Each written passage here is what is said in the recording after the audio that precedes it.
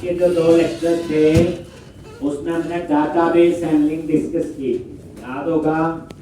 अब ये जो डाटाबेस हैंडलिंग है इसमें मैंने आपको बता दिया था कौन कौन सी टाइप्स के डाटाबेस होते हैं, डाटाबेस कैसे बनाते हैं हम लोग, प्राइमरी की का क्या कंसेप्ट है, ठीक। और उसके बाद दो एक अप्रोप्रिएट डाटा टाइप डिस्कस की, एक हमने न्यूमेरिकल इंटीजर और एक स्ट्रिंग। इतना अभी हमें पता होना चाहिए।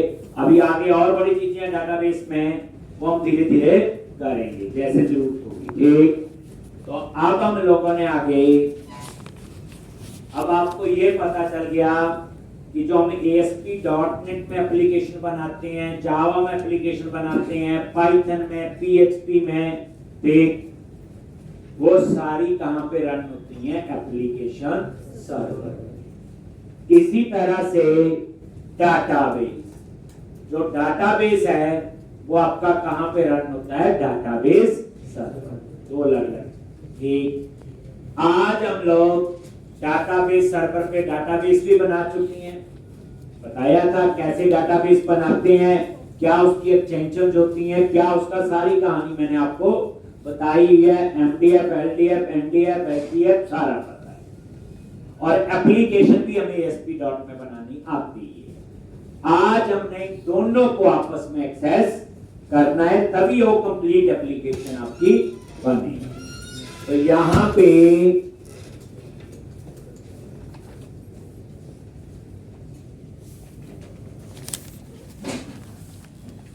तो विजुअल स्टूडियो ओपन किया और आज हम नया प्रोजेक्ट बनाएंगे, ठीक।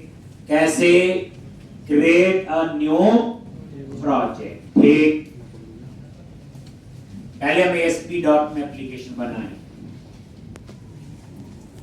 और यहां पे चूज करो वही ASP.NET web application.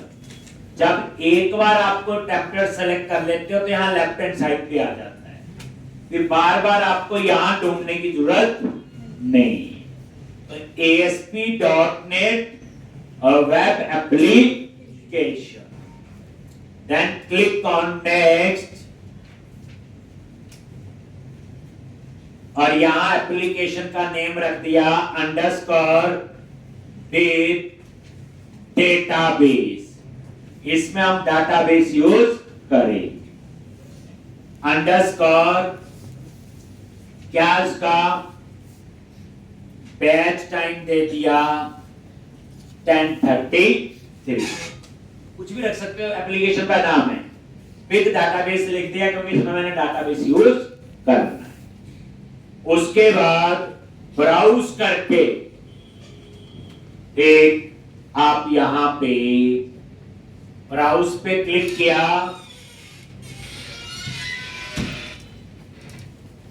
D drive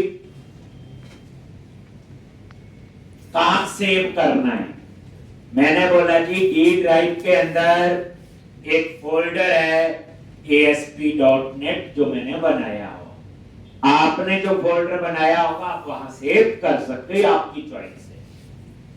then उसके बाद फोल्डर सिलेक्ट कर लिया, then click on create.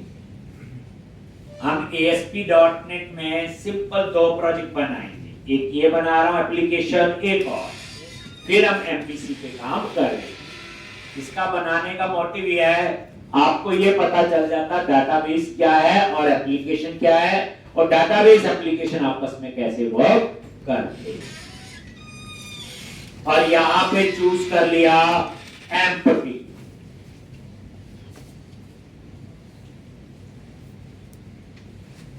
Then click on create.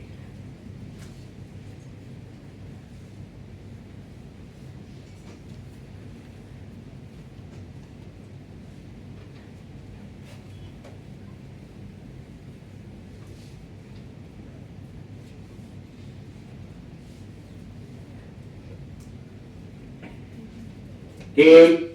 और यहां पे ये देखो तो अब हम लोग एक पेज बनाएंगे। क्या बनाएंगे? पेज। कैसे? बोलो। Click on project menu and click on add new item,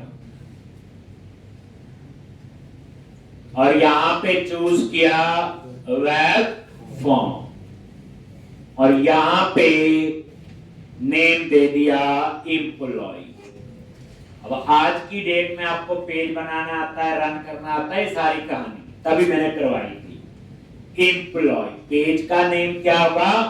employ. Basically ये पेज एम्प्लॉय की इंफॉर्मेशन का है, क्योंकि जो हमने डाटाबेस बनाया था उसमें टेबल भी TBMP ही बनाया हो। देन क्लिक ऑन ऐड, और ये पेज बन जाए। अब हम इस पेज का डिजाइन बना लेते हैं यहां पे। तो सिंपल बच्चे फॉर्मेटिंग करनी हो, ये टूल बार भी है ऊपर, जैसे बोल्ड, यहां से साइज ये आ जाता है, बोल्ड इटैलिक बताइए। वैसे हम यहां ये नहीं यूज करते। देख 5-4 दिन बाद आपकी मैं बूटस्ट्रैप यूज करूंगा, फिर बूटस्ट्रैप के थ्रू ये कैसे मैनेज करना, पर अभी नहीं आता तब वो करेंगे। और ये देखो, जैसे फोन थोड़ा बड़ा कर दिया और क्या किया, एम्प नंबर, हेडिंग दे दिया, उसके आगे टेक्स्ट बॉक्स। ये मैं उसी तरह से डिजाइन बना रहा हूं जैसे हमने टेबल बनाया। तो टूल बॉक्स में गए, click on view and click on tool box. Click on view menu,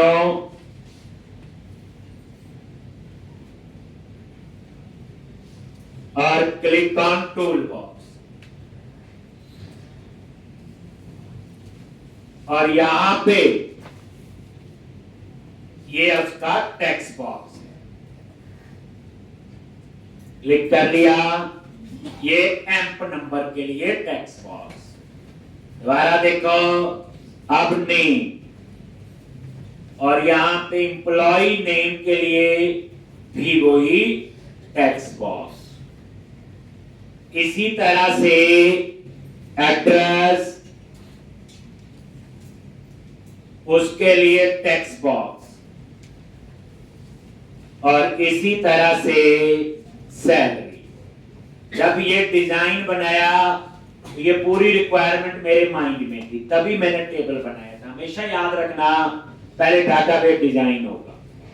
तो जो टेबल बनाया था TBM, 4 कॉलम थे ना, एम्प नंबर, नेम, एड्रेस और सैलरी, इसीलिए मैंने 4 यहां पे ये लिए। क्लियर है? आपस में काम करेंगे तभी पता चलेगा। अब नीचे लगाओ पुश बटन, वही यहां पे गए, वही पुश बटन जो सम मल्टीप्लाई डिवाइड में। ये लो, ये 4 पुश बटन लगा दिए, वही सेम सम मल्टीप्लाई और डिवाइड।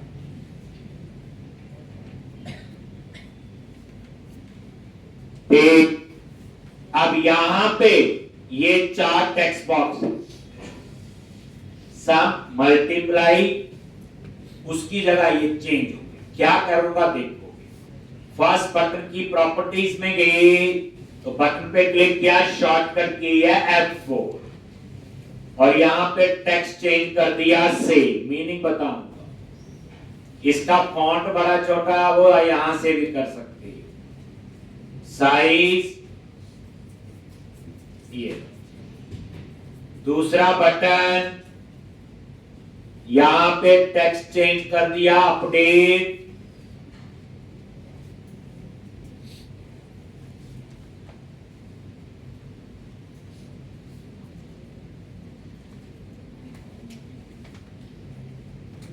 डिलीट,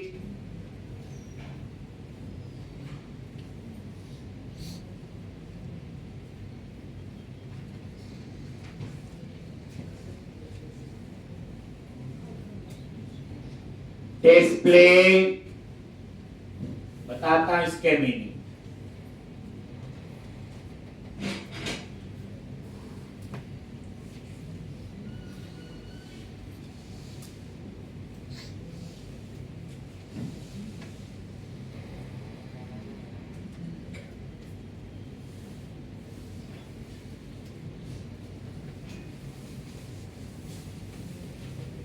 ठीक, तो ये 4 बटन सेव, अपडेट, डिलीट और डिस्प्ले।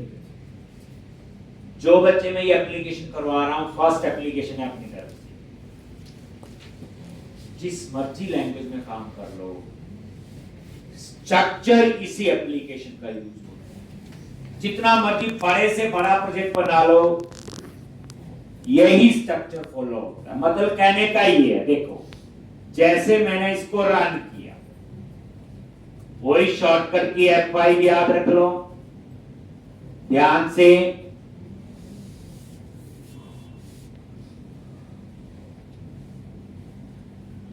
अब इस डिजाइन को थोड़ा सा समझेंगे। ये देखो, जैसे मैंने यहां एंटर किया एम्प नंबर, यहां पे नेम, यहां पे एड्रेस, यहां पे सेल। सेव बटन के क्लिक में क्या होना चाहिए, ये सारी इंफॉर्मेशन डाटाबेस के अंदर टेबल में सेव होनी चाहिए, तभी परमानेंट रहेगी। और जो टेबल हम बना चुके हैं जो पिछले 2 लेक्चर में, ध्यान से, ये कोड होता है सबमिट का। आज आप याहू में साइन अप करो, क्लिक करते हैं, डिटेल फिल करते हैं, जब सबमिट पे क्लिक करते हैं तो वो सारी इंफॉर्मेशन कहां स्टोर होती, डाटाबेस। आप ईबे पे, फ्लिपकार्ट पे जब वहां साइन अप करते हैं, डिटेल फिल करते हैं, सबमिट पे क्लिक करते हैं, सारी इंफॉर्मेशन कहां स्टोर होती, डेटाबेस में। आप बैंक में अकाउंट ओपन करते हैं तो वहां पे आपका पूरा फॉर्म भरा जाता है, वो सारी इंफॉर्मेशन कहां स्टोर होती, डेटाबेस। तो ये सेव का बटन आपका वही काम करेगा। बस फर्क कितना है, यहां 4 कॉलम है, उसमें 10 होंगे, किसी में 20 होंगे, किसी में 50 होंगे, बस इतना ही फर्क होगा। 4 आगे तो 4 ही भी लिख लेंगे हम लोग। क्या होगा, टेक्स्ट बॉक्स है, रेडियो बटन है, चेक बॉक्स है, ड्रॉप डाउन लिस्ट है, 5-4 कंट्रोल और क्या है इसमें, इतना कोई बड़ी दांत चीज तो है नहीं। ठीक, तो ये सारी इंफॉर्मेशन कहां स्टोर होती, तो सबसे पहले हमें ये कोड आना चाहिए।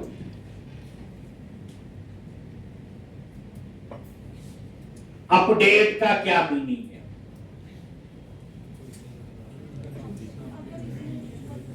इंफॉर्मेशन अपडेट करनी। जैसे आप कॉलेज में, हमारा एड्रेस चेंज हो गया, फोन नंबर चेंज हो गया, जाता बैंक में मेरा घर का एड्रेस और जगह हो गया है, फोन नंबर चेंज हो गया, कुछ भी इंफॉर्मेशन है, नेम के स्पेलिंग गलत लिखे गए, तो जब एग्जिस्टिंग इंफॉर्मेशन को चेंज करते हैं तो क्या होता है, वो ये होगी। ऐसे ही डिलीट,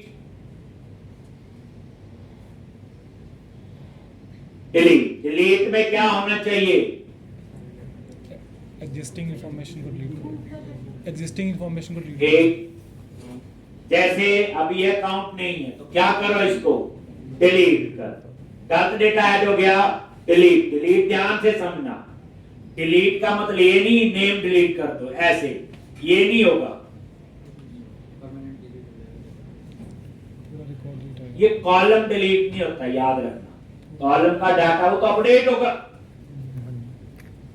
डिलीट का मतलब पूरी रो डिलीट होगी, मतलब उसका नंबर, नेम, एड्रेस, सैलरी, पूरी रो ही डिलीट होगी। पूरा ध्यान से रखना है, ये नहीं बोलना नेम डिलीट हो गया, सैलरी डिलीट हो गई, नहीं, ऐसा नहीं होता, पूरी रो डिलीट। डिस्प्ले क्या मतलब होगा इसका, एक जैसे बैंक में पूरे साल में ट्रांजैक्शंस देखनी है तो वो डाटाबेस से सारा डेटा उठाएगा, किस डेट को कितने पैसे डिपॉजिट विड्रॉल हुए, हमारी रिपोर्ट आ जाएगी सामने, वो डिस्प्ले का कोड है। ठीक, अप्रैल मंथ में कितने ऑर्डर आए हैं टोटल, वो ऑर्डर देखने हैं, वो कौन सा कोड है, डिस्प्ले। डाटाबेस से डाटा फेच करना है और स्क्रीन पे दिखाना है, बस। अब आप बताओ मेरे को, इसके अलावा कौन सी ऐसी चीज देखी है किसी भी प्रोजेक्ट में जो आपने आज तक एप्लीकेशन देखी है, यही होता ना, डाटा डाटाबेस में भेजना आना चाहिए। गलत डेटा ऐड हो गया, अपडेट हो सकता है, डिलीट हो सकता है, या डाटा फेच करना आना चाहिए। ठीक, अब इसको करने के कई तरीके हैं। अभी मैं सिंपल ए करवाऊंगा, नेक्स्ट में हो सकता है किसी और तरीके से करवाऊं, यानी पूरे 6 महीने में लास्ट लेक्चर तक ऐसी ही एप्लीकेशन बनेगी। लैंग्वेज चेंज हो सकती है, टेक्नोलॉजी चेंज हो सकती है। अगर ये एप्लीकेशन नहीं आती तो किसी में भी नहीं आती। ठीक, तो अब आपको ये पता चल गया। तो जब हम सेव पे क्लिक करें सारी इंफॉर्मेशन डाटाबेस में, तो अब आपको मैंने क्या बताया, आपकी एप्लीकेशन तो रन हो गई। कहां रन हुई? एप्लीकेशन सर्वर पे। डाटाबेस कहां बनाया था हमने? डाटाबेस सर्वर पे। तो पहला काम क्या है? एप्लीकेशन और डाटाबेस के बीच में कनेक्शन एस्टैब्लिश कर, पूरी कहानी समझनी है। यानी कि एक सर्वर पे आपकी क्या है? एप्लीकेशन, दूसरे सर्वर पे क्या आपकी? डेटाबेस।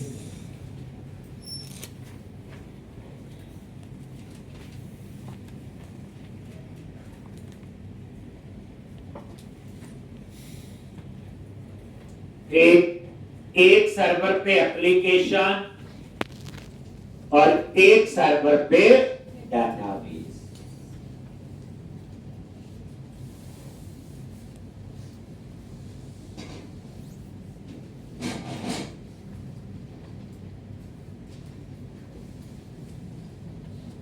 ठीक, अब एप्लीकेशन और डाटाबेस के बीच में मुझे कनेक्शन एस्टैब्लिश करना है। देखो, application server Bombay, database server Chandigarh. अलग अलग सर्वर कुछ नहीं होते, 2 कंप्यूटर अलग अलग लोकेशन पे। ठीक, वो लोकेशन एक कमरे से दूसरे कमरे की भी हो सकती है। ठीक, तो एप्लीकेशन सर्वर और डाटाबेस सर्वर के बीच में आपको क्या करना है? कनेक्शन एस्टैब्लिश करना है। तो उसके लिए हम एक स्ट्रिंग जनरेट करते हैं और उसको हम क्या कहते हैं? Connection string. एप्लीकेशन और डाटाबेस के बीच में मुझे कनेक्शन एस्टैब्लिश करना है।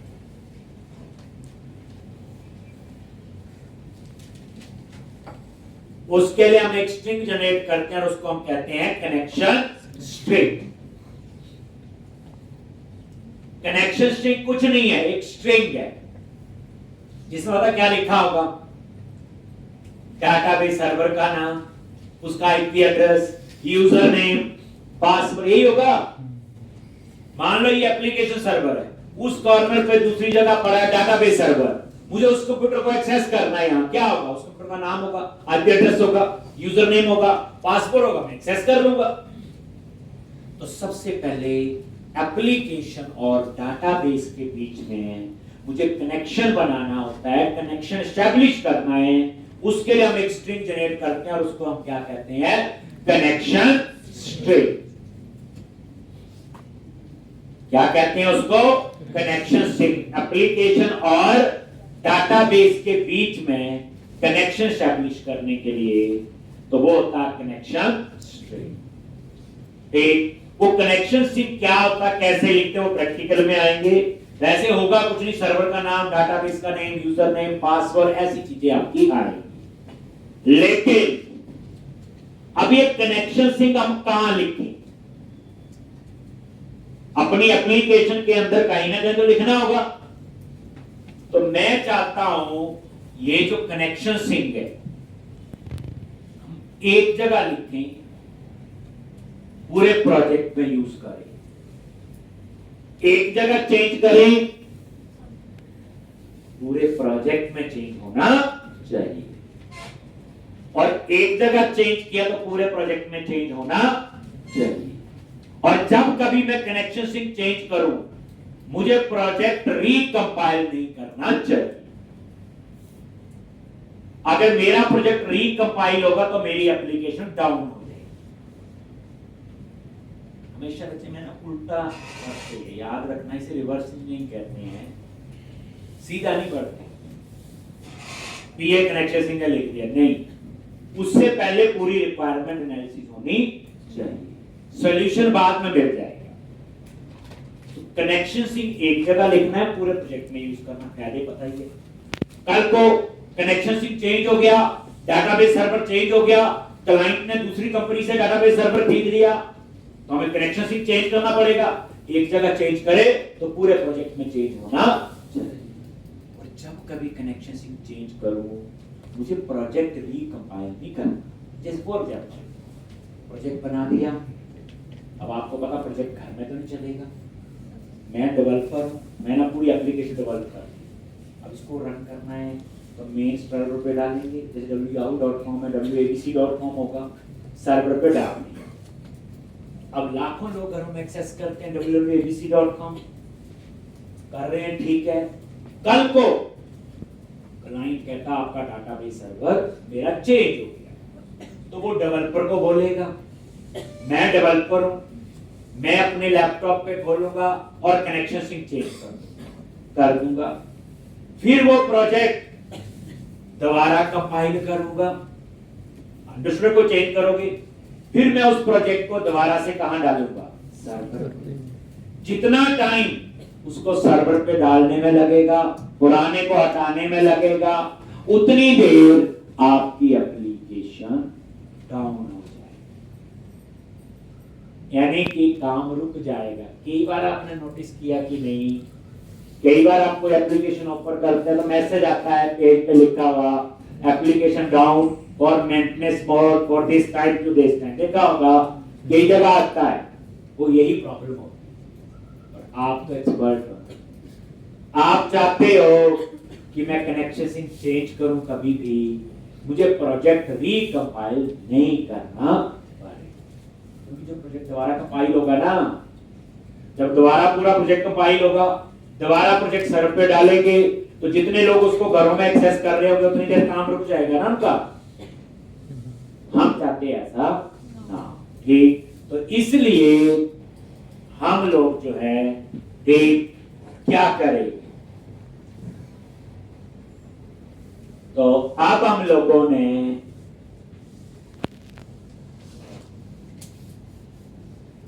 ये कनेक्शन सिंक लिखना कहां है, तो याद रखना बच्चे, एक फाइल होती है इसमें तो हम याद यूज करेंगे, web.config फाइल है। पहली बात, ये फाइल बनी हुई है XML में, ये C# में नहीं बनी हुई, ये VB.NET में नहीं बनी हुई, नई नई चीजें आती। देखो अगर मुझे वेब डेवलपर बनना है किसी भी लैंग्वेज में, तो सिर्फ एक चीज से काम नहीं होगा, XML भी यूज होगी, जावास्क्रिप्ट भी यूज होगी, HTML भी यूज होगी, बूटस्ट्रैप भी यूज होगी, और एक मेन स्ट्रीम लैंग्वेज तो यूज होगी। web.config फाइल बच्चे किसमें बनी हुई है, XML, जिसमें बनी है XML, एक्सटेंसिबल मार्कअप लैंग्वेज, ये XML में बनी है, एक्सटेंसिबल मार्कअप लैंग्वेज। और ये वेब कॉन्फिग जो है ये नॉन कंपाइल्ड फाइल होती है, याद रखना, नॉन कंपाइल्ड। इससे आपको ये पता चल गया कि XML कंपाइल नहीं होती, XML में कंपाइलर नहीं होती। वेब कॉन्फिग किसमें बनी है, XML में, और वेब कॉन्फिग क्या है, non compiled file. Non compile का क्या मीनिंग हुआ, कि जब कभी उस फाइल में चेंज करोगे तो आपको वो रिकंपाइल नहीं करनी पड़ेगी, यही तो हमें चाहिए, नॉन कंपाइल्ड फाइल। तो जो वेब कॉन्फिग है आपकी, ये नॉन कंपाइल्ड है, ये XML बेस्ड है, ये केस सेंसिटिव होता है, यानी इसमें जो कोड लिखोगे बच्चे वो क्या होगा, केस एंड स्मॉल कैप्स का ध्यान रखना पड़ेगा। तो इससे ये पता चल गया कि जो XML है वो क्या आपकी केस है।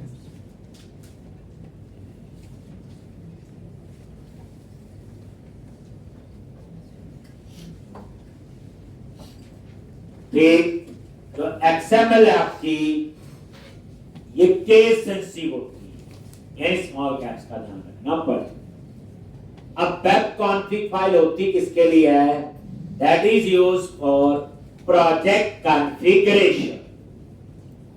प्रोजेक्ट कॉन्फ़िगरेशन के लिए होती है ये web.config फाइल। प्रोजेक्ट कॉन्फ़िगरेशन के लिए होती है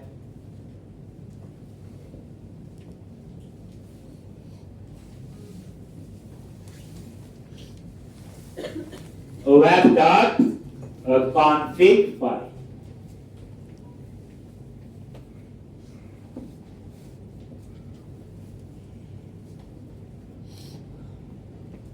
क्या होती है? प्रोजेक्ट कॉन्फ़िगरेशन के लिए हम इस फाइल में कनेक्शन सिंक लिखेंगे, एक जगह लिखेंगे, पूरे प्रोजेक्ट में चेंज होगा, और जब इस फाइल में चेंज करेंगे तो मुझे प्रोजेक्ट रिकंपाइल नहीं करना पड़ेगा, क्योंकि ये फाइल क्या होती है? Non compile. तो है ठीक। चलो अब यहां पे आ जाओ सॉल्यूशन एक्सप्लोरर में गए, और ये आप वेब कॉन्फ़िग की शक्ल देख लो, web.config। ये web.config फाइल है, ये देखो बाय डिफॉल्ट एडिट होती है, कुछ नहीं। अब वेब कॉन्फ़िग फाइल में गए, ये देखो सबसे पहली लाइन पढ़ लो, पता चल गया कि किसमें बनी है? XML। ठीक। अब हम इस फाइल के अंदर हम प्रोजेक्ट की कॉन्फ़िगरेशन करते हैं। अभी फिलहाल हम क्या लिखने जा रहे हैं? कनेक्शन स्ट्रिंग इस फाइल में लिखेंगे और पूरे प्रोजेक्ट में हम यूज करेंगे। कहां लिखना है? ये यहां पे लिखना है, system.web के बाद। तो भी लिख सकते हैं, कई बार प्रॉब्लम देता है किसी वर्जन में, तो system.web के क्लोजिंग टैग के बाद। ठीक। क्या लिखना है? देखो एंगुलर ब्रैकेट स्टार्ट की। पहली बात, ये मार्कअप लैंग्वेज है, लेस देन ग्रेटर देन नहीं बोलना, टर्म्स का ध्यान रखना है। एंगुलर ब्रैकेट स्टार्ट की, और ये कनेक्शन स्ट्रिंग नीचे हेल्प में आ गया, खुद लिखेंगे तो गड़बड़ी होगी, और ये क्लोज कर दो। जैसे क्लोज किया, और इसका ओपनिंग और क्लोजिंग टैग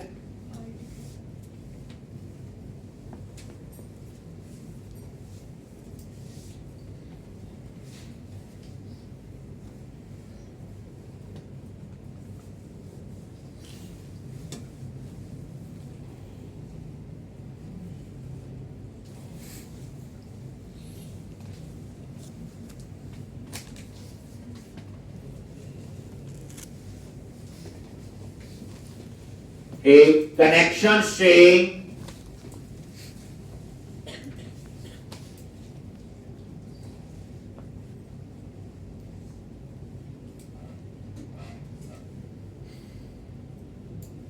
क्लियर है। अब यहां पे ये आपका जो है कनेक्शन सिंक है, इसके ओपनिंग और क्लोजिंग में आप लोग ये देख लो, दोबारा से देख लो, अनडू किया,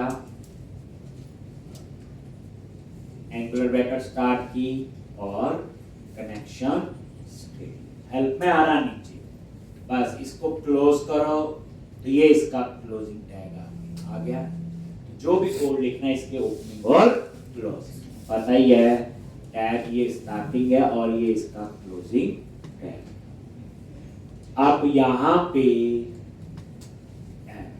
सब हेल्प में आता है, देखो ऐड नेम, कनेक्शन सिंक की का नेम, CN रख दिया, आप कुछ भी रख सकते हो, और यहां पे कनेक्शन स्ट्रिंग सब हेल्प में आता है। नहीं तो कनेक्शन सिंक में C स्मॉल में लिखना है, S कैप्स में, तो गड़बड़ी हो जाएगी। ठीक। अब क्वेश्चन ये है, कनेक्शन सिंक क्या होता है और हम यहां क्यों लिखते हैं? कौन बताए? हमें इतना आंसर चाहिए तो हमें आता है क्या आता है कनेक्शन सिंक, और यहाँ क्यों लिख रहे हैं वेब कॉन्फ़िग में, क्या फायदा यहाँ लिख के। 2-3 क्वेश्चन होते हैं, आप इसका आंसर आइडेंटिफाई करो। सर कनेक्शन बनाएगी एप्लीकेशन उसके बीच में, तो आप बोलोगे हम लोग पढ़ रहे हैं वेब एप्लीकेशन, ASP.NET में बनती ही वेब एप्लीकेशन है, correct. Web development, web application, और वेब एप्लीकेशन कहाँ रन होती है, सर्वर पे। और इसी तरह डाटाबेस जो होता है वो अलग सर्वर पे होता है, डाटाबेस सर्वर। तो मुझे सबसे पहले एप्लीकेशन सर्वर और डाटाबेस सर्वर के बीच में एक कनेक्शन एस्टैब्लिश करना है, उसके लिए हमें एक स्ट्रिंग जनरेट करना होता है, उसको हम क्या कहते हैं, कनेक्शन स्ट्रिंग। और ये हम वही कनेक्शन स्ट्रिंग लिख रहे हैं।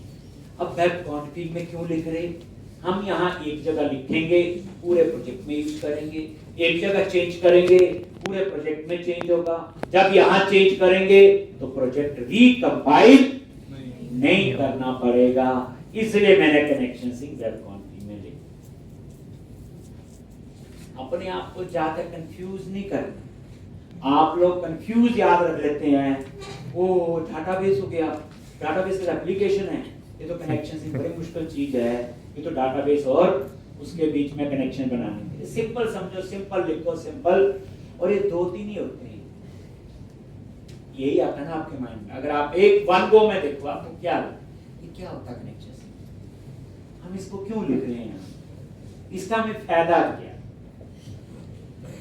यही आता है ना 3 चीजें माइंड में। आप बोलो अब इन तीनों का आपके पास आंसर है तो आपको आता है, और आंसर कॉम्प्लेक्स रखोगे तो आज याद रह जाएगा, कल भूल जाओगे। ये पूरी कहानी की तरह समझ लो, क्या कोई मुश्किल नहीं। कनेक्शन से सबसे पहले लिखेंगे सर्वर का नेम, डाटाबेस सर्वर का नेम। मेरे लैपटॉप पे डाटाबेस सर्वर का नेम क्या है, वही है, जब डाटाबेस बनाया तब वही लिखेंगे। अब आपके वहां डाटाबेस सर्वर का नाम कुछ और होगा टैब की जगह, बट एसक्यूएल एक्सप्रेस आपके वहां भी होगा। जो डाटाबेस बनाते हुए आपने डाटाबेस सर्वर यूज किया, वही सर्वर का नेम समझाया था मैंने। पूछना नहीं किसी से, बड़ी बेइज्जती होती है। कई बार इंट्रो देने गए उन्होंने बोला असाइनमेंट बनाओ, ये आपके डाटाबेस सर्वर का नाम है, मुझे नहीं मिल रहा है। वो बोलेगा यही नहीं पता असाइनमेंट क्या बनाता होगा। इसलिए किसी से कोई चीज पूछनी नहीं, सारा आंसर मैंने पूरा बताया होता है। उसके बाद बोलो डेटाबेस, डाटाबेस का नेम क्या आएगा, बोलो जो नेम से डाटाबेस बनाना चाहते हो। मैंने इसका नेम दे दिया DB एम्प्लॉई 10 बैच टाइम के हिसाब से, कोई और ना बनाओ।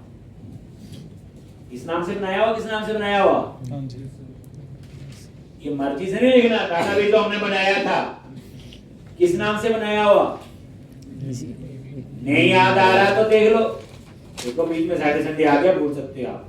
लो सर्वर एक्सप्लोरर देखना है, हाँ यही लग रहा मेरे को, ठीक। तो इस तरह से डाटाबेस का नेम जिस नाम से आपने बनाया होगा, सेमीकोलन, और उसके बाद integrated security is equal to true.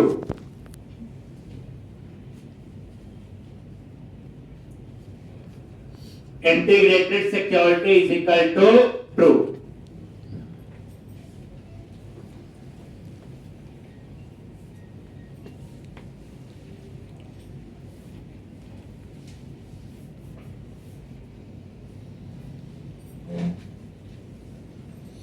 Integrated security is equal to true.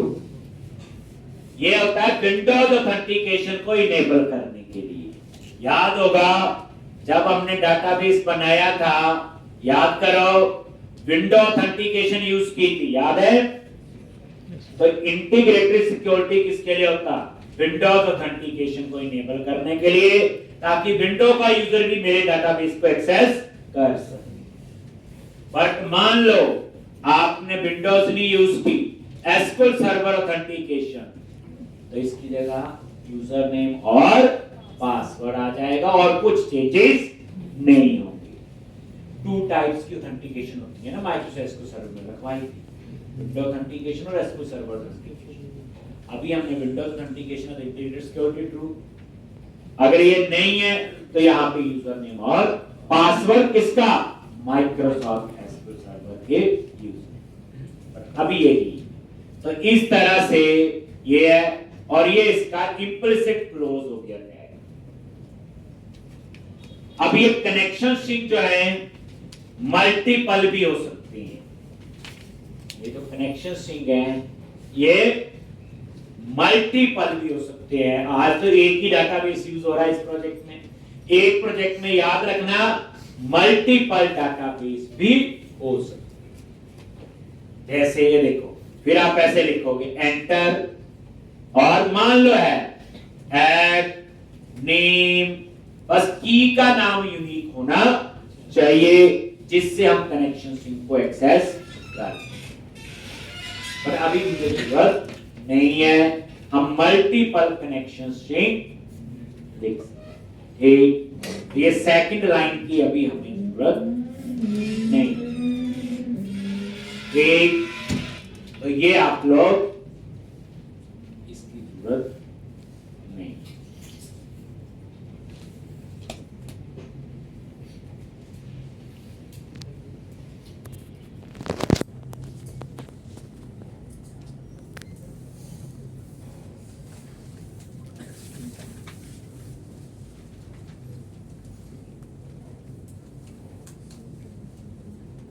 Integrated security is equal to window authentication को इनेबल करने के लिए होता है। तो ये मैंने बच्चे पूरा करें। क्वेश्चन फिर वही वेब कॉन्फ़िग में एक जगह लिख दिया, यहाँ चेंज करेंगे तो पूरे प्रोजेक्ट में चेंज होगा, और जब इस फाइल में चेंज करेंगे तो प्रोजेक्ट भी कंपाइल नहीं करना पड़ेगा, क्योंकि ये वेब कॉन्फ़िग जो है ये किस में बनी हुई है, XML में, और XML में कंपाइलर नहीं होते, इसमें वैसे पार्सर होते हैं। ये बताऊंगा, ये कंपाइलर नहीं होते, इसमें क्या होते हैं, पार्सर होते। आंसर जितनी बार दो थोड़ा सा और अच्छा होना चाहिए, ठीक, क्योंकि XML में बनी है ना, XML तो नॉन कंपाइलर होती है। अब मैंने बता दिया वेब कॉन्फ़िग नॉन कंपाइलर, अब काम जैसे मर्जी पकड़ो, आंसर आपको देना आना चाहिए। अब आ जाओ आप पेज पे, तो ये स्टेप तो हो गया, लेकिन अभी कनेक्शन नहीं बना। ये तो स्ट्रिंग लिखा है यहाँ पे वेब कॉन्फ़िग में, जब तक हम इसको यूज नहीं करेंगे प्रोजेक्ट में तो जादू थोड़ी चलेगा। तो अब आप अपने पेज पे आ जाओ, employee.asp। ध्यान, जैसे मैं इसको पेज को मैं रन करता हूं उस समय कनेक्शन बना होना चाहिए। ये वेब कॉन्फ़िग में कनेक्शन लिखने से नहीं बना, वो तो स्ट्रिंग लिखा है। अब हम इसे कॉल करें, कहां कॉल करते, हमें अभी इस पेज पे चाहिए, तो आपको बताया हुआ पेज पे डबल क्लिक करो और इस पेज की कोड फाइल में की, ठीक, यहां पे हम कुछ कहानी लिखेंगे। अब ध्यान से फर्स्ट टाइम कर रहे हैं, सबसे पहले ऊपर आप नेम स्पेस ऐड करो। ये ऊपर नजर मारो, यूजिंग के साथ जो लिखे हैं सारे क्या होते हैं, नेम स्पेस। आप इससे कंफ्यूज नहीं करना, जैसे आप सी का प्रोग्राम बनाते हैं, ऊपर आप हेडर फाइल इंक्लूड करते हैं, हैश इंक्लूड stdio.h क्यों करते हैं, ताकि उसके अंदर के मेंबर को हम नीचे यूज करते रहें, इसीलिए करते हैं हैश इंक्लूड stdio.h। अब यहां पे उसकी जगह क्या होते हैं, नेम स्पेस। बताया था नेम स्पेस क्या है, कलेक्शन ऑफ क्लासेस, इट में बी नेस्टेड। तो यहां पे यूजिंग सब हेल्प में आएगा। ये देखो सिस्टम क्या है, root name space dot data logic. अब डेटा नेम स्पेस के अंदर कॉमन क्लासेज हैं जिन्हें हम सभी डेटाबेस के साथ यूज कर सकते हैं। यानी कि डेटा नेमस्पेस में ऐसी क्लासेज हैं जो ओरेकल के साथ भी यूज हो जाएगी, माइक्रोसॉफ्ट को सर्वर के साथ भी यूज हो जाएगी, माईसीक्वल के साथ भी। तो सिस्टम डॉट डेटा नेमस्पेस में नेमस्पेस क्या होता है? Group of classes. Data namespace में वो क्लासेज मिलेंगी जो किसी भी डेटाबेस के साथ यूज हो सकती है। नीचे यूज करूंगा तो समझाऊंगा। फिर लिखो सिस्टम डॉट डेटा डॉट, ये देखो नेमस्पेस है बच्चे सारे, एम्प्टी करली ब्रैकेट्स बताया हुआ, dot SQL client. SQL client namespace में वो क्लासेज हैं जो सिर्फ माइक्रोसॉफ्ट एसक्यूएल सर्वर के साथ यूज होती है।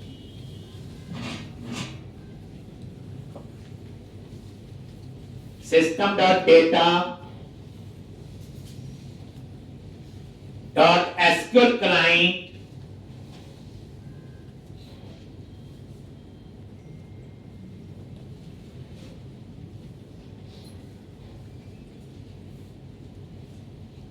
उसमें वो क्लासेज हैं जो सिर्फ माइक्रोसॉफ्ट एसक्यूएल सर्वर के साथ यूज होती हैं। अगर ओरेकल है तो सीक्वल क्लाइंट ओरेकल क्लाइंट होगा, ऐसे कोई और डेटाबेस होगा उसका अलग। तो एसक्यूएल क्लाइंट नेमस्पेस में कौन सी क्लासेज हैं जो सिर्फ माइक्रोसॉफ्ट एसक्यूएल सर्वर के साथ यूज होगी। माइक्रोसॉफ्ट एसक्यूएल सर्वर आपका एक क्लाइंट सर्वर डेटाबेस है जिसकी कहानी मैंने आपको बताई। ओरेकल को ओरेकल होगा तो यहां ओरेकल क्लाइंट आएगा। यूजिंग सिस्टम डॉट कॉन्फ़िगरेशन, इस नेमस्पेस में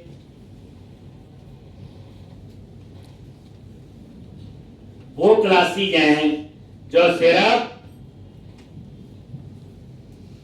वेब कॉन्फ़िग फाइल के साथ यूज होती है। जैसे वेब कॉन्फ़िग फाइल में कनेक्शन सिक लिखा है, अब वो कनेक्शन सिक एक्सेस करना है तो वो क्लास किस नेमस्पेस में होगी?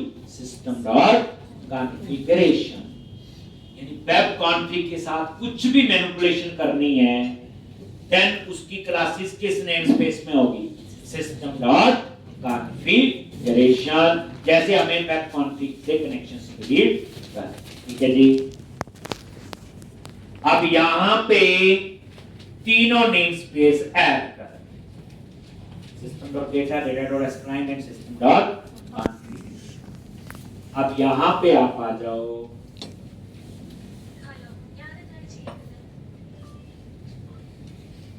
अब ये तीन नेमस्पेस अभी रिक्वायर्ड है और होंगे तो आगे बताएंगे। एक चीज और है ना बच्चे, जो चीज पढ़ाता हूं ना ये बार बार यूज होती है। जैसे आज मान लो कोई डाउट रह गया, कल भी यही करना है, परसों भी यही, एक कई बार तो हमने चीज 40-50 बार यूज की होती है, 40-50 बार भी यूज करने के बाद ना आए तो कंप्यूटर में बड़ा कुछ और भी है सीखने को। तो कोई चीज बच्चे में ऐसे नहीं करवाता, आज करवा दी और आज नहीं पता चला, नहीं कल भी पता चलेगा, परसों और पता। मैं थोड़ा थोड़ा बेस बनाता जाता हूं कि क्या क्या करने वाले हैं, ठीक। लो अब आप आ जाओ क्लास में नीचे, तो ये क्लास है एम्प्लॉय। अब मैं इस क्लास के अंदर एक क्लास, तो सी शार्प के अंदर किसी क्लास का ऑब्जेक्ट कैसे बनाते हैं पहले ये होना चाहिए। तो मैं यहां पे क्लास यूज कर रहा हूं एसक्यूएल कनेक्शन, सब हेल्प में आएगा, ठीक। ये लो जी आ गया, एसक्यूएल कनेक्शन क्लास है।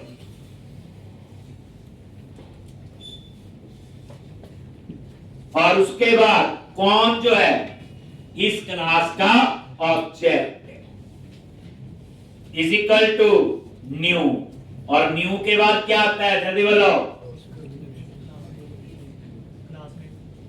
न्यू के बाद क्या आता है बोलो, क्या आता है न्यू के बाद?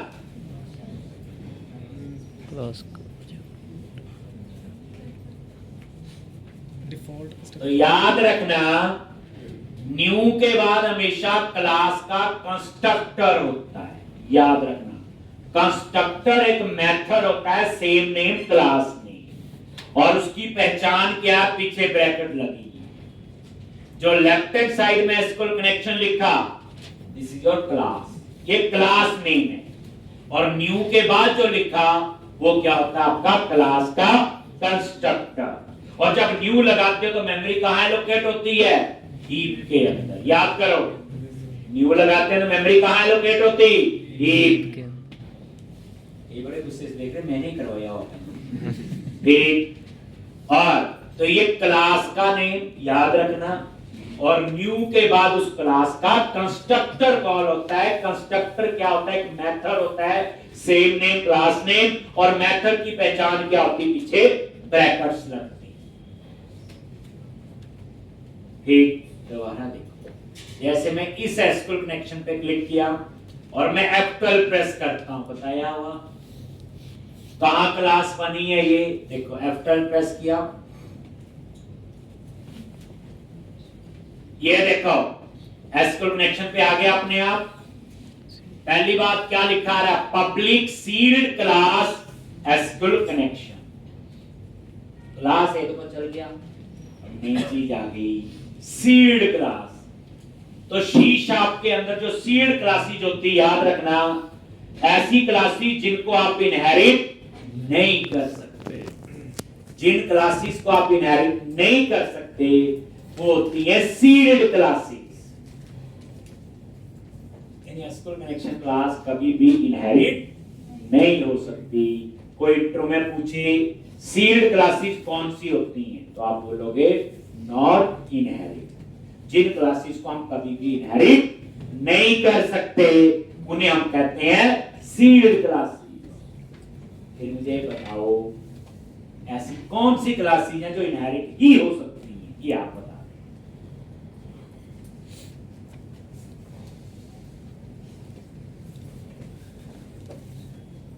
कौन सी होती हैं? User defined sir. Abstract class पढ़ी है?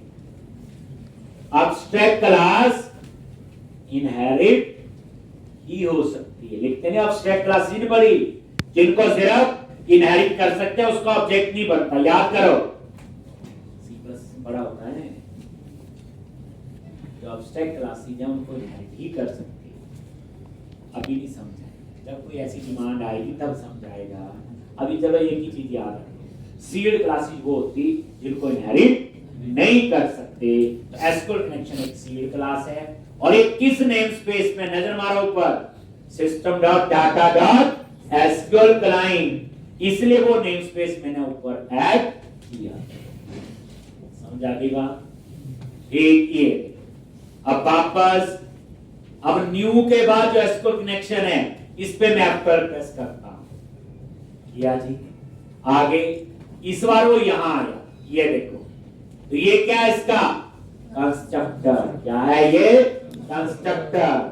देखो कितना समझ रहा है। पहले मुझे यहां लेके गया क्योंकि वो क्लास थी, फिर यहां लेके गया क्योंकि ये मेथड है, सेम नेम क्लास।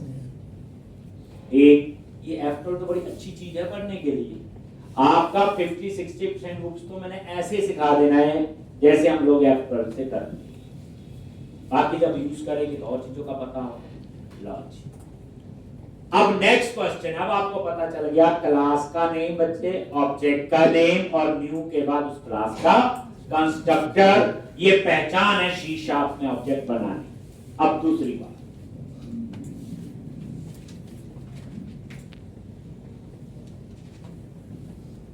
ये क्लास हम क्यों पढ़ रहे हैं?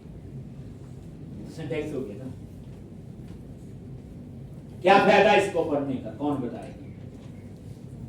फिर आप बोलोगे कि भाई एसक्यूएल कनेक्शन क्लास जो है ये माइक्रोसॉफ्ट SQL सर्वर के साथ कनेक्शन एस्टैब्लिश करने के लिए यूज होती है। देखो बच्चे, मीनिंग तो इतना ही, ये तो सिंटैक्स है। यानी एसक्यूएल कनेक्शन क्लास किसके लिए होती? माइक्रोसॉफ्ट SQL सर्वर के साथ कनेक्शन बनाने के लिए यूज होती है एसक्यूएल कनेक्शन।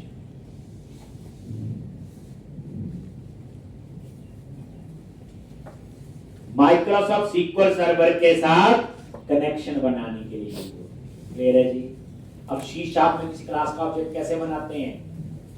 देखो ये रोज नहीं बताना, एक बार बता दिया फिर तो यूज ही करना है। कोई और क्लास है उसका भी ऑब्जेक्ट ऐसे बनेगा, बस मीनिंग अलग होगा। तो एसक्यूएल कनेक्शन क्लास का मीनिंग क्या है कि माइक्रोसॉफ्ट सिक्वल सर्वर के साथ कनेक्शन बनाने के लिए यूज होता है।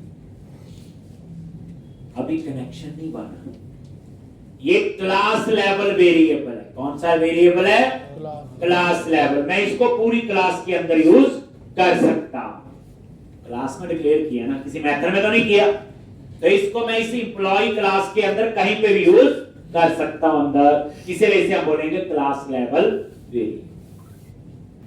अब आप आ जाओ पेज लोड। पता है page load event automatically fire होगा व्हेन द पेज लोड।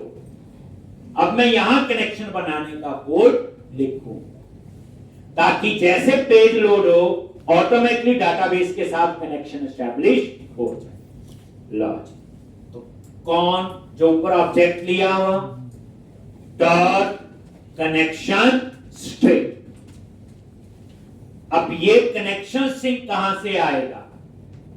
पहली बार बताया हुआ स्टैटिक मेंबर को क्लास के नेम के साथ एक्सेस कर सकते हैं और नॉन स्टैटिक को क्लास के ऑब्जेक्ट के साथ। कौन क्या है? क्लास का ऑब्जेक्ट है और ये कनेक्शन स्ट्रिंग क्या उसका एक मेंबर है, लेकिन वो कौन सा होगा? Non static. देख लो F12 प्रेस करो, ये देखो सिंपल स्ट्रिंग टाइप की प्रॉपर्टी कनेक्शन स्ट्रिंग। और ये कनेक्शन स्ट्रिंग किस क्लास में? ये देखो इसी क्लास में तो है। तो आपको मैंने एक दिन ये भी बताया था दो टाइप के मेंबर होते हैं, स्टैटिक और नॉन स्टैटिक। जो स्टैटिक होते हैं वो सीधा क्लास का नेम डॉट जैसे एसक्यूएल कनेक्शन डॉट करके एक्सेस होगा, लेकिन जो नॉन स्टैटिक होते हैं हमेशा क्लास के ऑब्जेक्ट के साथ एक्सेस होते हैं। तो कौन? क्लास का ऑब्जेक्ट और ये इसका नेम। अब यहां लिखेंगे कनेक्शन स्ट्रिंग। तो अब हम सीखेंगे how to read connection string from web config file.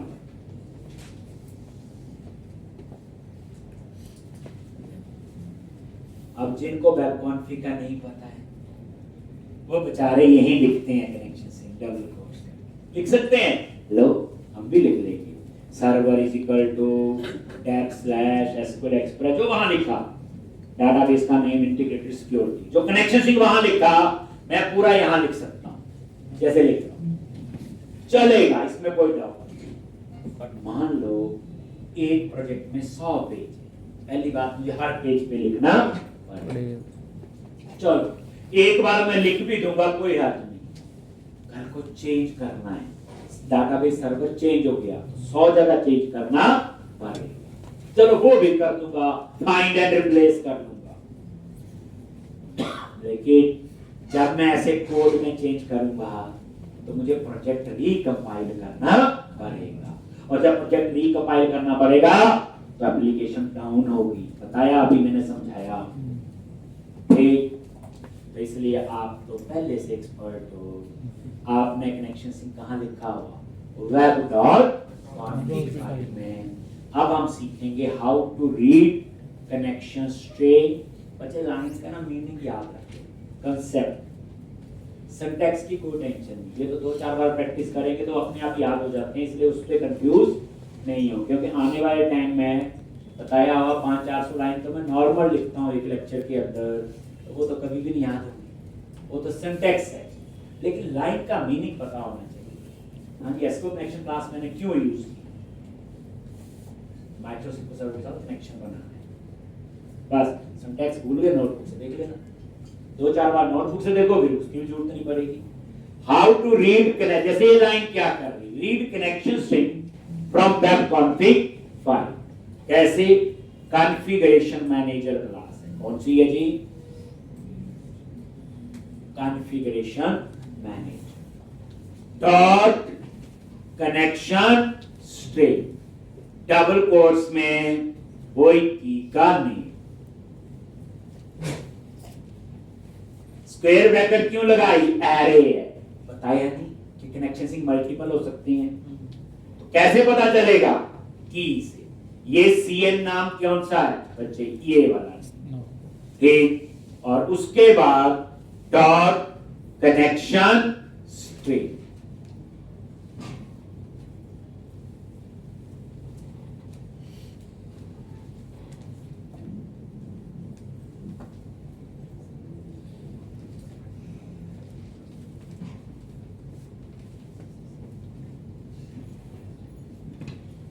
Configuration manager dot connection से CN की का नेम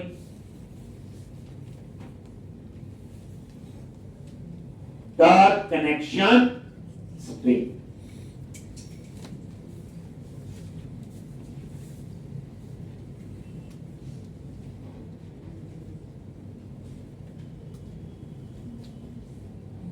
ठीक, अब यहां पे इस तरह से कॉन डॉट कनेक्शन स्ट्रिंग,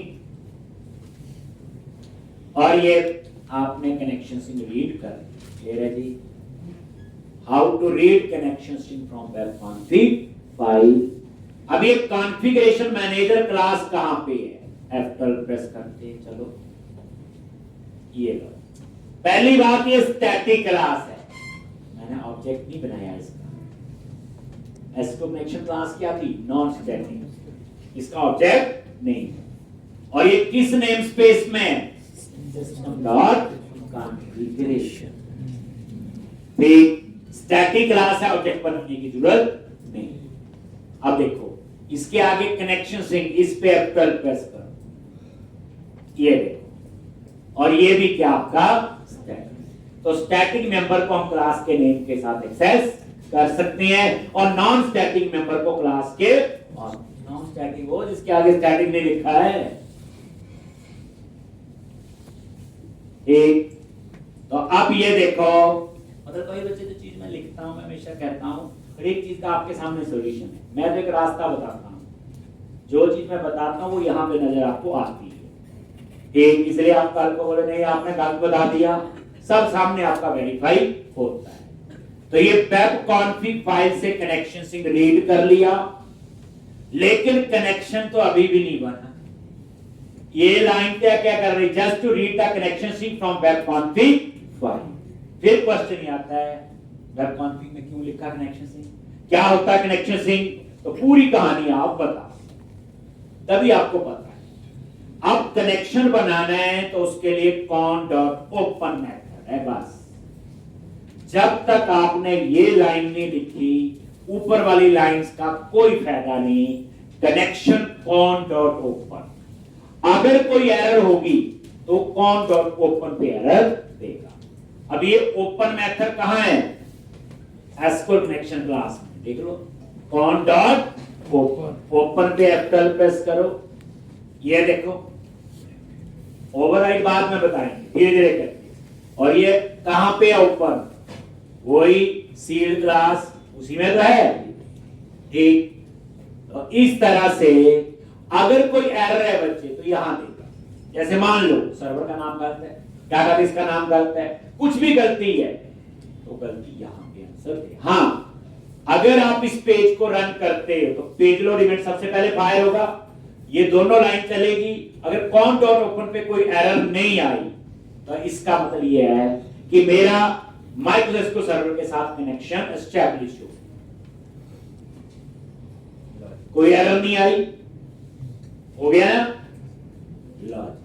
अब हम एरर डाल के देखेंगे। बच्चे पहली बार जो है ना कोई चीज पढ़नी है, डिटेल में टाइम लग जाए ये कोई फर्क नहीं, दोबारा पढ़ने पे टाइम नहीं वेस्ट होना चाहिए। मैंने कई बच्चे देखे हैं जॉब भी कर रहे होते बेचारे, कोई क्लाइंट ने काम दिया वो गूगल से ढूंढते हैं, अब गूगल में भी कई आंसर मिलते हैं। अब उसी को करने के लिए गूगल में आधे घंटे का भी होता है, 2 का भी होता है, 4 का, वो क्या करेगा, आधे वाला खाएगा और जल्दी जल्दी इंप्लीमेंट हो जाएगा।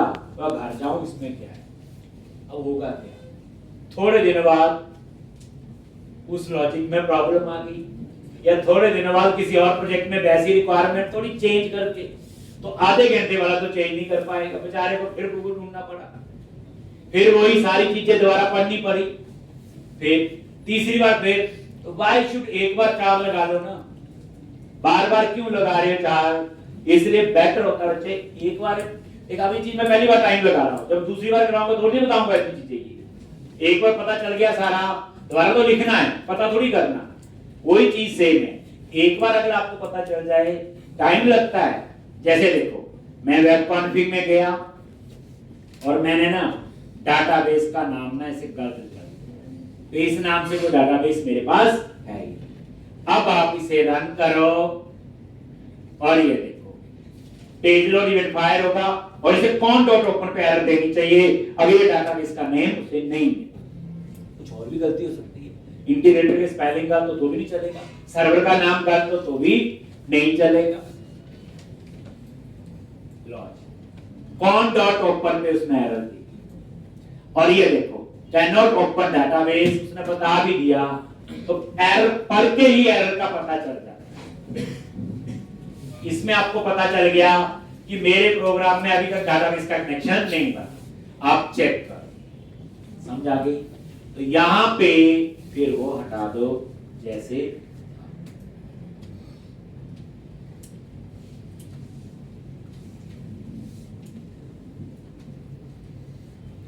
अब यहां पे तो ये सारा क्लोज किया और अब आप इसे रन करो। इसे स्टार्टअप पेज बना दो, किसको? एम्प्लॉय पे राइट क्लिक किया, सेट एज स्टार्ट पेज, ताकि जहां भी मैं हूं इसको पहले ही स्टार्टअप पेज बना दो। employee.aspx पे राइट क्लिक किया, सेट एज स्टार्ट और इसको रन करो। ये कनेक्शन बन गया। अब हमारी नेक्स्ट डिमांड है, यहां मैं नंबर लिखूं, यहां नेम, यहां एड्रेस और यहां पे सेल। पहला कोड चलने जा रहा है। अभी तक डाटाबेस के साथ कनेक्शन बंद। अब सेव बटन के क्लिक में सारा डेटा डाटाबेस में सेव होना चाहिए। क्या करो? अब आप अपने इस पेज पे आ गए और सीधा सेव बटन पे खोल लेंगे, जैसे हम लिखते थे हम लोग। सेव बटन पे डबल क्लिक किया, ये लो जी आगे। बट इससे पहले चलो थोड़ा सा और 5-4 मिनट लगाते हैं। अब मान लो ये पेज है, कई लोगों ने ओपन किया, ये वेब एप्लीकेशन है, ये ऐसा तो है नहीं कि मैंने एक्सेस किया। अब यही पेज, ये यूआरएल है ना एक वेबसाइट का, 100 लोग ओपन कर रहे हैं, तो पेज लोड इवेंट कितनी बार फायर होगा? 100 टाइम। 100 टाइम कौन डॉट ओपन कॉल होगा। कौन डॉट ओपन क्या करेगा? 100 कनेक्शन बना देगा। कितने? जितनी बार कौन डॉट ओपन चलेगा। अब कल को जाके हमें कनेक्शन पूलिंग की प्रॉब्लम आ सकती है। जैसे बच्चे को रोड है, वो स्पेसिफिक उतनी गाड़ियों के लिए बना हुआ, नहीं तो ज्यादा गाड़ी है तो रोड जाम होगा। वही डाटाबेस का कनेक्शन है, उसके पूल मिला होता है कि at a time 15 connection, 20 connection, 100 connection, 200 कितने हो सकते हैं। तो फिर परफॉर्मेंस इशू आएगा, एरर भी आ सकते हैं कोई और। तो मैं चाहता हूं कि वो बार बार देखो, डाटाबेस तो बेचारा एक ही है ना, 100 लोगों ने खोले, वो भी उसी डाटाबेस को हिट करेगा। कौन डॉट ओपन क्या करता है? डाटाबेस के साथ कनेक्शन ही ओपन करता है, और तो कुछ नहीं कर रहा है। तो मैं यहां पे एक चेक लगा रहा हूं इसी में, पहले मुझे लिखने देना फिर आप लिखना, नोटबुक पे एंटर नहीं चलता ना। If con dot state equal to connection state dot close. अगर ये कनेक्शन क्लोज है देन वो उस कनेक्शन को ओपन करो ऐसे। अब कौन डॉट स्टेट चेक करेगा कनेक्शन स्टेट क्लोज है, देन उस कनेक्शन को ओपन करेगा। तो ये लाइन क्या कर रही है?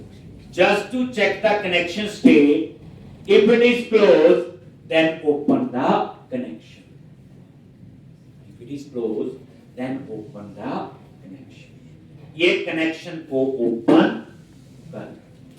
कौन dot state equal to connection state dot close. अगर कनेक्शन स्टेट क्लोज है देन कनेक्शन को वो ओपन करेगा फोन डॉट ओपन। ठीक है जी। अब यहां पे ये क्या चीज है कनेक्शन स्टेट, इस पे F12 प्रेस करो। समझाए लाइन क्या करें, just to check the connection state if it is close then open the connection. अगर ऑलरेडी ओपन है तो उसे दोबारा से ओपन नहीं करेगा। यही होगा ना। ये देखो कनेक्शन स्टेट पे F12 प्रेस किया, अब आपके पास नई चीज आ गई। पहली बात ये system dot data name space में, इसमें और ये क्या है पब्लिक enum। enum क्या होती है? इनम्बरेशन। सी प्लस में बड़ा फेवरेट क्वेश्चन होता था कि मंडे टू संडे ऐड हो और कोई ना हो। जब फिक्स कांस्टेंट होते हैं ना, फिक्स कि यही ऑप्शन होगी और कोई नहीं होगी। मंडे टू संडे, मंथ है जनवरी टू दिसंबर, 12 ही 13 तो नहीं होंगे कभी। डे हमारे कहने पे कम में ज्यादा तो नहीं होंगे। जब आपके पास फिक्स कांस्टेंट हो देन हम इनम्बरेशन यूज करते हैं। ये वही है और इसके अंदर ये ऑप्शंस है नीचे, ये इन्होंने जो दी है। और याद रखना enum जो होता है हमेशा इंटीजर में होता है। क्या होता है ये? इंटीजर। जैसे ये आगे वैल्यू लिखे 0 1 2 4 जो भी लिखा हुआ है, यानी enum जो होता है वो वैल्यू टाइप होता है। क्या टाइप होता है? वैल्यू टाइप, रेफरेंस टाइप नहीं होता। जैसे क्लास है, ऑब्जेक्ट उसका रेफरेंस होता है। रेफरेंस होता है एड्रेस। ये दो टाइप में, वैल्यू टाइप होती है, रेफरेंस टाइप होती है। enum याद रखना, एकदम में बड़ा पूछते हैं, ये हमेशा ही वैल्यू टाइप और ये इनम्बरेशन है। इसका मतलब ये हो ना, जैसे डॉट लगाया तो इसमें वही ऑप्शंस आई जो ये नीचे वहां थी। आप इसके अलावा मर्जी से कोई ऑप्शन ऐड नहीं कर सकते, फिक्स है। एक नई चीज पता चल गई, इनम्बरेशन। इनम्बरेशन क्या आपकी? कनेक्शन। ये लाइन क्या चेक कर रही? Just to check the connection state if it is close then open the connection. और ये कनेक्शन को ओपन करें। ठीक, तो ये लाइन क्या कर रही? कनेक्शन स्टेट अगर ये क्लोज है देन कनेक्शन को ओपन करना। ठीक, कनेक्शन स्टेट चेक किया, अगर ये क्लोज होगा तो ओपन करेगा, अगर ऑलरेडी ओपन है तो फिर दोबारा से ओपन नहीं करेगा। तो अब आप इसे रन करके बच्चे देख लो और इस तरह से ये। ठीक है जी, तो इंटरेस्टिंग है, छुट्टी नहीं होनी चाहिए। कल हम बाकी पे काम करें। आज आपका इतना काम हो गया, डाटाबेस सर्वर और एप्लीकेशन सर्वर के बीच में कनेक्शन बन। ठीक, और ये चीजें बच्चे रोज यूज होंगी, फिर इतना नहीं समझाएंगे, फिर यूज